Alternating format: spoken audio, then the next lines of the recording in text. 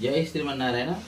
ఈరోజు మనం చెప్పబోదలుచుకున్నటువంటి విషయం ఏమంటే, ఎవరైతే వైష్ణవం స్వీకరిస్తారో అంటే గురువును ఆశ్రయించి పంచ సంవత్సరాలు చేసుకుంటారో వాళ్ళు తప్పకుండా పురుషులు స్త్రీలు తిరునామం ధరించాలి. స్త్రీలైతే ఆ తిరుమణి ఇలా చిన్నగా చంద్రవంకలాగా పీఠం పెట్టుకొని శ్రీచూర్ణాన్ని లక్ష్మీ స్వరూపంగా తప్పకుండా ధరించాలి.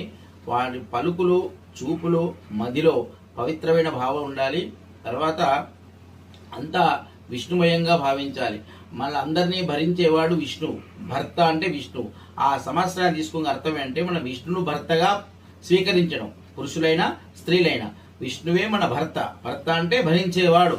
అతనికి దాసులమై, ఆయన చరణ దాసులమై రోజు తప్పకుండా అష్టాక్షరి మంత్రము ద్వయమంత్రము పఠించాలి. గురుపాద తీర్థం స్వీకరించాలి. ఎవరైతే ఈ సంవత్సరాయణాలు తీసుకుంటారో స్త్రీలకు వాళ్ళకు వైధవ్యం అనేది ఉండదు. ఎప్పుడు భర్త విష్ణువును స్వీకరించినప్పుడు ఆ విష్ణువుకి మరణించడం అనేది ఉండదు. కాబట్టి ఈ స్త్రీలకు కూడా వైధవ్య కర్మలు అందరిలాగా ఇతరులకు చేసినటువంటి వైధవ్య కర్మలు చేసుడు అనేది ఉండదు. వాళ్ళు ఎప్పుడు పవిత్రులే, వారు ఎప్పుడు పునీతులే. ఇది గమనించి అందరూ వైష్ణవం స్వీకరించవలసిందిగా వీలున్న వాళ్ళు స్వీకరించి మధుమాంసాలు మాని సవ్యంగా జీవించి మోక్షానికి పొందవలసిందిగా కోరుకుంటున్నాను.